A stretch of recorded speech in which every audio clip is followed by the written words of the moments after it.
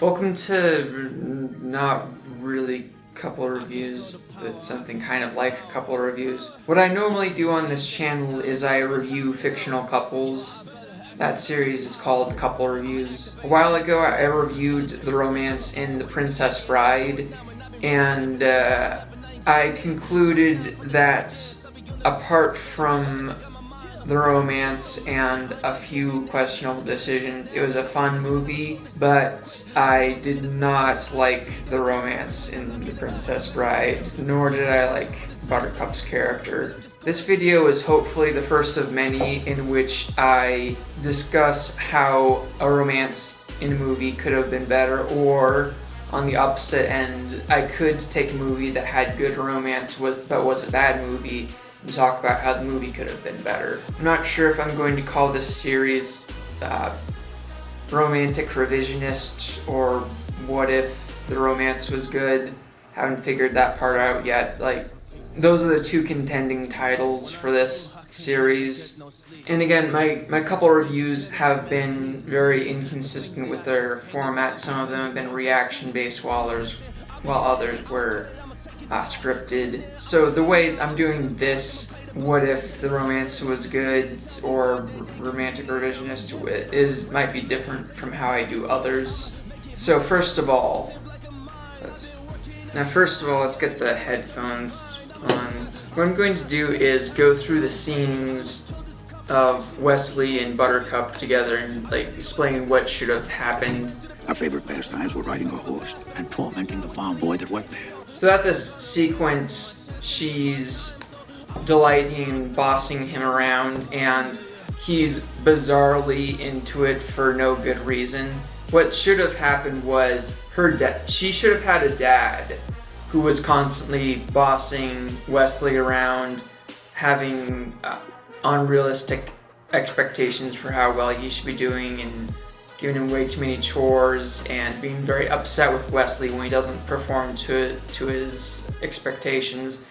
And then Buttercup should have been the one to be apologetic towards about her father's attitudes towards Wesley, and she should have been more understanding of him when he doesn't get everything done. And they could have had a scene where Wesley accidentally breaks something or messes something up, and then her dad's really upset with Wesley, but then Buttercup makes up some story to vouch for him so he doesn't get beaten up or something. That would have justified Wesley having some strong feelings for her from the beginning, not this bossing him around and not calling him by his name ever, and having that brainwash him into liking her for some reason. So that's how I would do their backstory. Skip ahead a little bit here. Okay, so during my couple review of The Princess Bride, I said if they let her go on horseback, why doesn't she just run away? If she's being forced into this marriage, she could just ride off into the sunset. I think let's take that thing with her dad even further. I think a good explanation for Buttercup not just running away is this idea of Buttercup not knowing how to survive on her own. Her dad was running things for her. Her dad was never teaching her how to run her own business or anything, or have financial skills. Her dad was just planning to sell her off for the dowry to some single guy, only for the king to take her for free, and then she could just be completely unprepared to survive on her own. And so when she goes out on her rides, the reason she doesn't just ride away is because she doesn't know where to go. She doesn't know what she would do if she left, so she's just stuck there by not being able to take care of herself. Let's skip a little bit ahead here. So this stuff can stay the same. Everything between Inigo and Wesley is basically perfect. And then this can stay, this can stay, this can stay. Okay, so this is where we're gonna make some changes. And what is that worth? The promise of a woman. That line has gotta go. Like, Wesley has no business being such a jerk to Buttercup in this scene or the next scene, I think. What he's doing in the movie, what he's actually doing is he's trying to get her to explain herself about moving on to the king when really she never moved on and she had every right to move on. The next time my hand flies on its own, to where I come from, there are penalties when a woman lies. Yeah, that line has gotta go too. If some girl told me that where she comes from, there's penalty when men lie, then that just wouldn't do. Like, how do you, like, seriously, when someone says stuff like this to you, what does it matter who they were years ago? Or, like, would you ever date someone who says junk like that to you? That's just not. What can I do for you? You can die slowly, cut into 1,000 pieces. That line can actually stay because based off of what she knows, she's pretty justified in saying that. So this is nonsense. Why didn't you wait for me? No. Well, you were dead. Death cannot stop true love. No, this should have been Wesley saying, "I'm sorry it took me so long to get back to. I don't blame you for moving on. Is it too late for us to pick up where we left off?" Stuff like that. Okay. So Wesley's story of where he was between getting back to her and the day he left.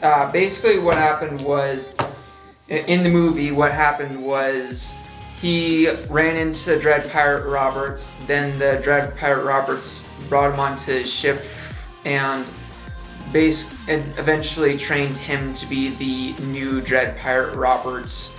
And because the Dread Pirate Roberts was a title that had been passed down from person to person.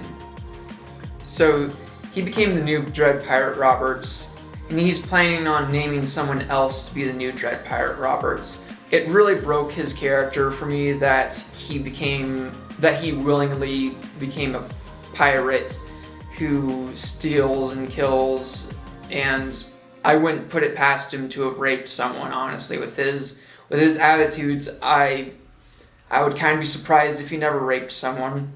So what I would change here is have him say that he pretended to go along with everything with the past Dread Pirate Roberts.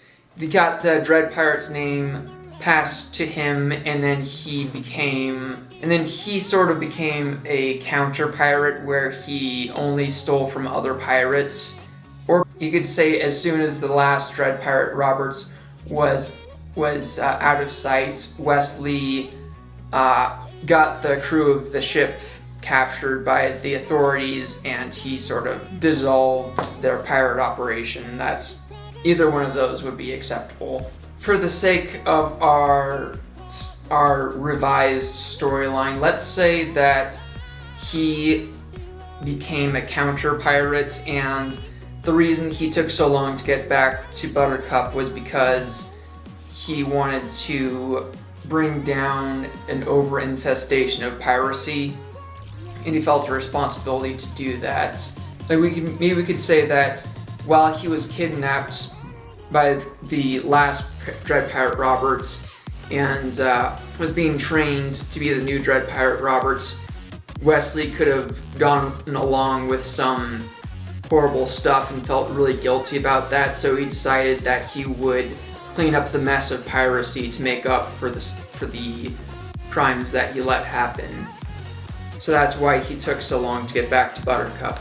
Oh, also, in this scene, I want to add something.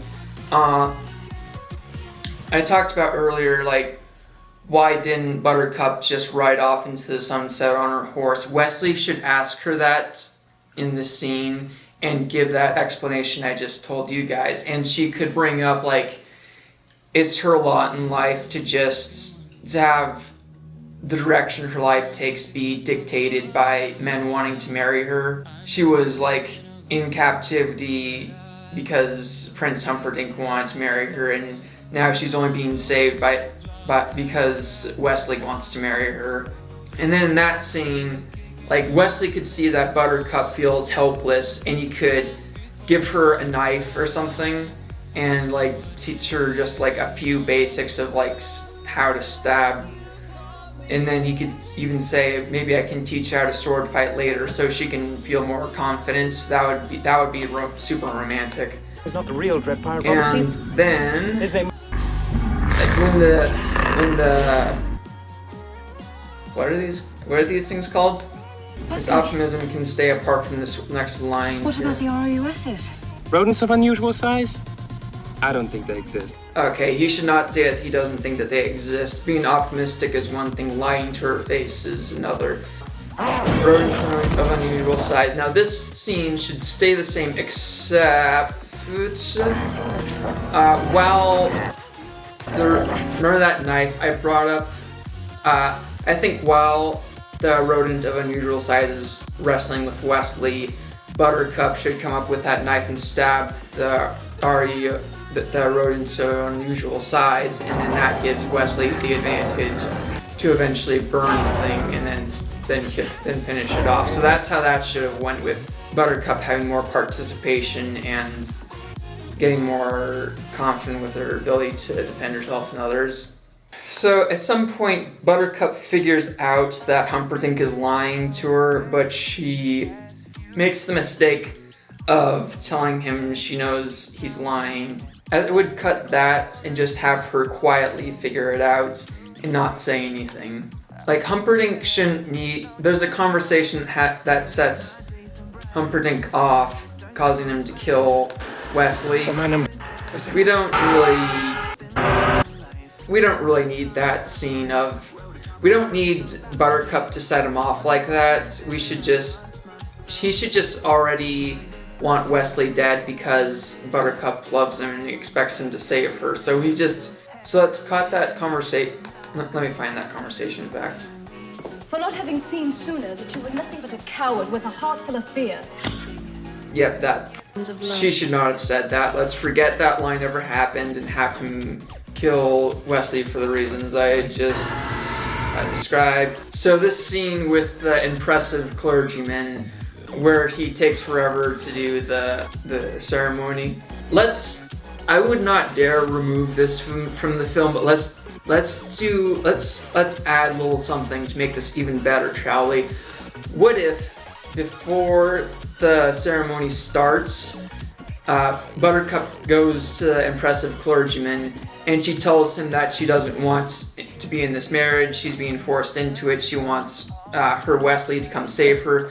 So she asks the impressive clergyman to stall for time so that Wesley can get there, and so throughout him taking forever to get through this stuff, that could actually be intentional, and like that would be a contribution from Buttercup, so she's not entirely useless. Now, what do we do about this scene where she almost kills herself because she thinks she's married to Humperdinck even though she isn't? How about this? How about she almost kills herself, but she decides not to before Wesley shows up, and maybe she plans to stab Humperdinck, but then that's when Wesley shows up. How's that one? Because maybe she could even overhear that Humperdinck wants to kill her first, and then she decides that she's not going to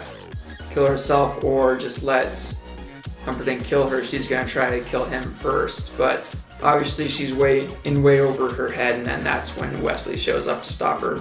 Wesley! How's oh, that? Wesley, How's that? darling! Alright, the fact that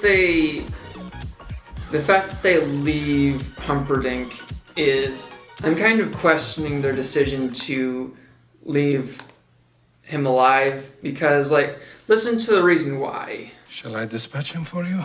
Thank you, but no. Whatever happens to us, I want him to live a long life alone with his cowardice. That's basically what they're doing is they're letting a guy who wanted to thrust his nation into war by murdering his wife, like, they want to leave that guy in charge of the kingdom because they think it would be better revenge to let him wallow in his cowardice. When really they should be saying, let's get a better leader for the people by getting rid of this guy. You make a wonderful Dread Pirate Roberts. Now, him saying that Inigo would make a great Dread Pirate Roberts, that if we had applied those changes we made to where, like, the Dread Pirate Roberts has become a counter pirate, then I will accept Inigo being the next Dread Pirate Roberts under that scenario. And that's how I would fix the romance in The Princess Bride. This video ended up being kind of short. I'm not really sure if the rest of the What If the Romance is Good and or Romantic Revisionists are going to be as short. Might go longer. This one was kind of, I had thought about what to do beforehand, but I hadn't written anything down or anything. I realized before that when I did my reviews of the Sam Raimi Spider-Man movies, I included segments of how to do the romance better, but then I just sort of stopped doing that when maybe I shouldn't have, but so now with this series, get to make up for that by doing entire videos of how to do the romance or the movies better. If someone were to ask me, what is the point of couple reviews? I would not say that the main point is comedy or that the main point is recommending good material. The main point of couple reviews has always been analyzing what does and does not work about romances so that we can either do better as writers or demand better as the audience. And that's also what this new series is built on. It's about figuring out how to do better. Future episodes of either What If the Romance is Good or Romantic Revisionist might be longer, I don't know. Maybe next time I'll do a script. So remember to like, comment, subscribe, ring the bell, and do better at romance.